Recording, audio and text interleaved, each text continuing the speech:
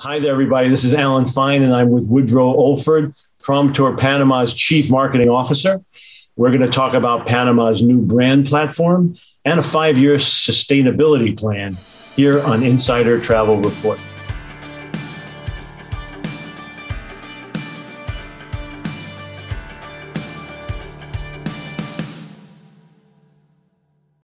Woodrow, thank you for talking to us.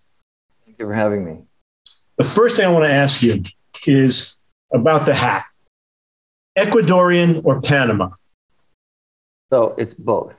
It's a Panama hat. It was branded Panama Hat. And there's two different stories behind the Panama Hat. One was during the gold rush, and it was actually named the Panama Hat in Canada.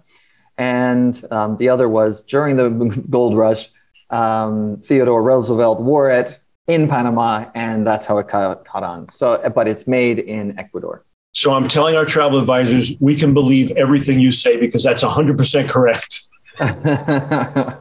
All right. So let's talk about the brand platform, which now has the tagline, Live for More. How did that come about?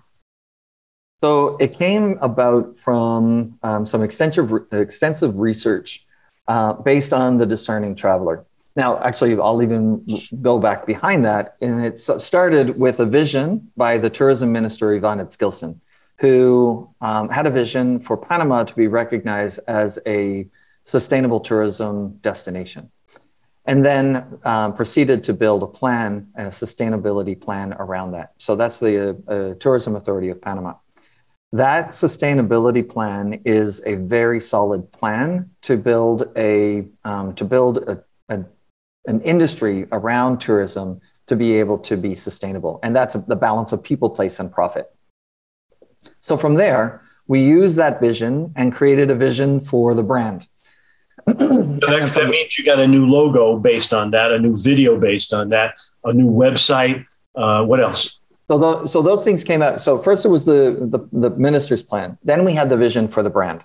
And the brand, in order for that to be sustainable and to make sure that it would work, we put Panamanians at the center of the brand along with tourists. And so this is not just a tourism brand. This is actually a brand for tourism, but it also incorporates the community. Through that, we did the research. We understood how all of these pieces fit together. And then we reached a strategic point of understanding that our strategic positioning is actually where worlds converge. Out of that, we started to define who we were, what's our essence, and what characteristics that we wanted to be known for. And we creatively moved that into Live for More. Live for More actually has 3 significant meanings behind it. And one is a rally cry for the Panamanian. And that's for the Panamanian who is always striving for more and pushing for progress and trying to do their best. The second part of Live for More is Panama is so full of abundance of activities and where worlds converge. We have the Caribbean, the Pacific, we have mountains, we have gastronomy, we have culture, we have green, blue, we have so much here to offer that nobody knows about. So there's a lot of abundance here. And then the third meaning behind it is Live for More, and that's really tied back to the discerning traveler. Our target audience in the Plan Maestro, or the master plan, they call it the Viajero Consciente. They are people who travel for self-development and self-growth. And we have 3 segments. One of the segments is for self-growth, so they understand themselves better. The other segment is traveling so they can understand others better. And then there's another segment that actually travels because they want to understand the world better. But what unites them is that they are all looking to travel for personal growth and to live for more. And so that's where we ended up with Live for More, because it has these 3 very significant meanings. Well, we have a copy of the new video that's based on that premise. So let's maybe run that for the travel advisors to see, and then we'll come back and talk some more. This is Panama, proud and perfect in its imperfections, teeming with its unapologetic authenticity, radiating with life, where the Caribbean meets the Pacific, old and new worlds collide, cosmopolitan and rural join together as neighbors. Panama is not the destination, it's the journey, a beacon for personal and cultural transformation, a place to discover more of what truly matters. More curiosity, more sensory stimulation, more connection, more self-discovery, more transformation. It's a place where we live for more. So to those who seek meaning, an adventure beyond expectations, and a place of belonging, it's a place where you can too. Panama, live for more. Beautiful video. What you just described is all in there. And that's not the only piece, though. What else have you got? So that's actually just the introduction of Live for More, the introduction of the branding. We had to deliver this in 6 months, which normally takes 12 months to deliver all of these pieces. So they're still in development. You'll see things starting to come out at the end of the year, next year, and then a content calendar that will be delivering more of the Live for More platform. But it's really now about telling the stories of how we connect with the discerning traveler and the product that we have, but not focusing on the product, but focusing on how experiencing the product helps you live for more and helps you with that self-discovery. The sustainability plan is hand in hand with the branding, correct? Exactly. So the idea here is that the discerning traveler is the key to sustainability. Their values when they travel are they want to experience places that they haven't seen before. They want to spend their money in places that allow those dollars to stay in the community of where they're visiting. They want to protect the places that they go to. They want to leave them better than they found them. And so instead of sustainability being what we strive for and the output of our stories, it becomes the outcome of having the discerning traveler travel here because their values align with what we're trying to achieve. So we don't have to always talk about sustainability. We're going to get it by attracting the right people. And did I read that your sustainability plan was recently recognized by UNESCO as an example of innovation? That is correct. Yeah. And so that you want more on that. And so that's needs to be attributed to our tourism minister who had that great vision and is really trying to achieve this by 2025. And to make it, it's a huge topic. And I saw that you were breaking it down into 3 core areas, which I appreciated. It was the cultural heritage, the green heritage, and the blue heritage. Can you explain that a little further?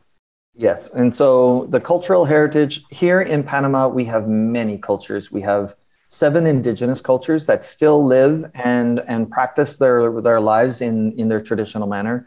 We have the Afro-Attilian and the Afro-Congo cultures that are here that, were slaves that were brought over. We have the French community that was here for the canal, the Americans that were here for the canal. We have the Spanish conquistadores, and I always say that word a little funny, so forgive me for my accent. Sounded fine to me. And so around that, the cultural heritage, we have a lot of stories to tell, and that comes to life in the dances and the music that you hear, and in the food and the gastronomy that you eat, and everything in between. Then we have our blue heritage, and that is really about marine life. And the things that it's about 30% of our marine life now is protected, as in a national protection. And then we have that 33% of our land also, which is protected. And so within the green heritage it's the outdoor activities, and it's your waterfalls, and it's your hiking, and it's the biodiversity, that we have, and bird watching. And so there's when I talk about abundance, of the abundance of things that we have here in Panama, it comes across in all of those heritages. So we're talking to travel advisors. They need to know certain things. What are the current health protocols to visit Panama? The test, the vax, the quarantine. What are we talking about as of today? As of today, toque de queda, which is curfew. We had curfew. It was at 10 o'clock. Then it went to 11 o'clock and 12 o'clock and then 1 o'clock. And then like 2 o'clock. Why do you even have a curfew? Anyway, that one is now gone. And so we're free to roam. Obviously, there's protocols in the restaurants for the amount of people that you're allowed to have and the social distancing and the wearing of masks. So you have to wear your mask indoors and outdoors if you're in a public space. And to get into the country, it's fairly easy. You have a COVID test, and it can be an antigen or a PCR test before you come within 72 hours of your travel. But if you're double vaccinated and you've passed your 14 days of your second vaccine, you don't require that. You don't need a test coming in. You don't need a test if you've been vaccinated. And then you have to fill out a declaration form that you would show at immigration. And to rewind, you said that masks are required indoors, of course, also in public areas, outdoors, you would say. Mm-hmm, that's correct. And that's regardless of the 6 feet. Exactly. So you always have your mask on, unless you're at home like me. Where is home? In Casco Viejo. Oh, okay. Our travel advisors are now wondering where to send their clients. There's a lot of countries vying for their travel dollar. Why Panama? So there's a few things. When it's why Panama, if you are a discerning traveler. If you're a discerning traveler and you want to experience something that is not very well known, and you want to have an abundance of activities, and sometimes they're not easy to get to or easy to plan. But if you want to have an incredible experience and push your boundaries, then Panama is the place to do it. I would say that another reason is if you are a discerning traveler, you're going to want to see Panama in a way that we have a modern culture, but we're also this living timeline where you can see the old culture and the new culture coexisting. That was shown so beautifully in that trailer. Oh, I'm glad that you like that and you can see that. But that's exactly what Panama is. Women wearing polleras is not something that just happens on an occasion. I see them in Casco Viejo, where I live, on a weekly basis. It's not just for show. It's actually a living thing. It's the same thing with the dancing and the congos, and all of these things actually are existing today, and it's not something just for a show.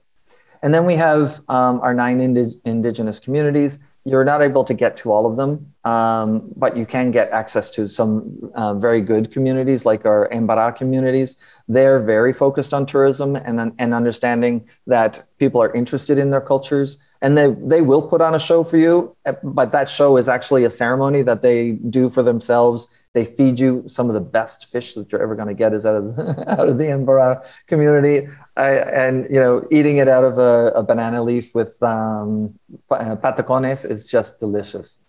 So there's so many things here that they're just unique because of the way that the worlds converge here. You end up with a clash that kind of works, and so it's just a contrast everywhere you look. So there's another thing that I should be adding in there. Okay. And that's around Panama is a place to be stimulated. It's not a place for relaxation. For the discerning traveler, you can come here and you can relax. You can, stay at a all-inclusive. But that is one thing that I would like to get across. This is a place for stimulation and activity, and for all of your senses. Where should travel advisors get more information to become involved? Is there a website they should be going to? That would be visitpanama.com. Okay. And everything's there. Is there a special area for the travel advisor? At this time, no. We just launched the website as a part of the launch for the brand platform, but that information is coming in the next month. And if they want to participate and do fam trips so they can tell their clients what it's like, is that coming up, and is that on the website?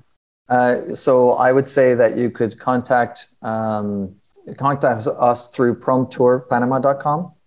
Promptourpanama.com is actually around the organization, not around tourism, but that has all of the contact details, and our director of sales and her team would be able to respond to that. So to wrap this up, is there anything else you want? We have more than 90,000 travel advisors. Is there anything else they should know? Okay, I would like to say that we are a new destination, and it may be a little harder to plan your trip here, but we have so much to offer and in such an abundance that if you do plan the trip here, it will be so much more worth it. Woodrow, thank you for talking to us. Thank you for having me. And this is Alan Fine for Insider Travel Report.